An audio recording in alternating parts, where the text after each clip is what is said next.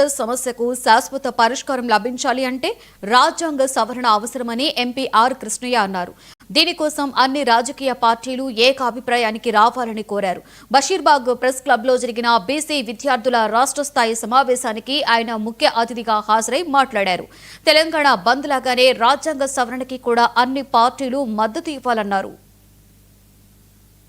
ఏ BC కూడా వదలొద్దని చెప్పి విజ్ఞప్తి చేస్తున్నారు. అరే మనం పోరాడి స్కాలర్షిప్లు ఇస్తే స్కాలర్షిప్లకు ఫీజులకు బడ్జెట్ ఇవ్వరు, స్కాలర్షిప్లకు బడ్జెట్ ఇవ్వరు, యువతకు రుణాలకు బడ్జెట్ ఇవ్వరు, ఉద్యోగాలు ఇవ్వరు. ఎన్ని రోజులు అన్యాయం ఇట్లా మంత్రి పదవులలో చేపలు మత్స్య సంపద రొయ్యలు పట్టేది పనికి మాలిన పొడులు ఇస్తారు.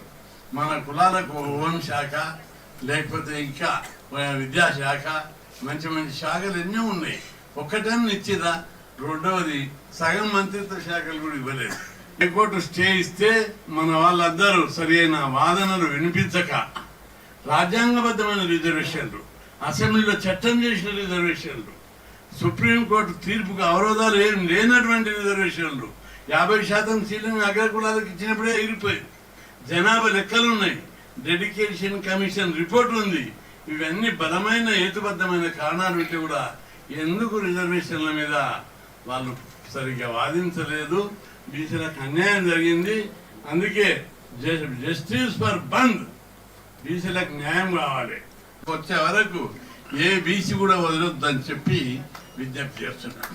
అరే మనం పోరాడి స్కాలర్షిప్లు ఇస్తే స్కాలర్షిప్లకు ఫీజులకు బడ్జెట్ ఇవ్వరు, స్కాలర్షిప్లకు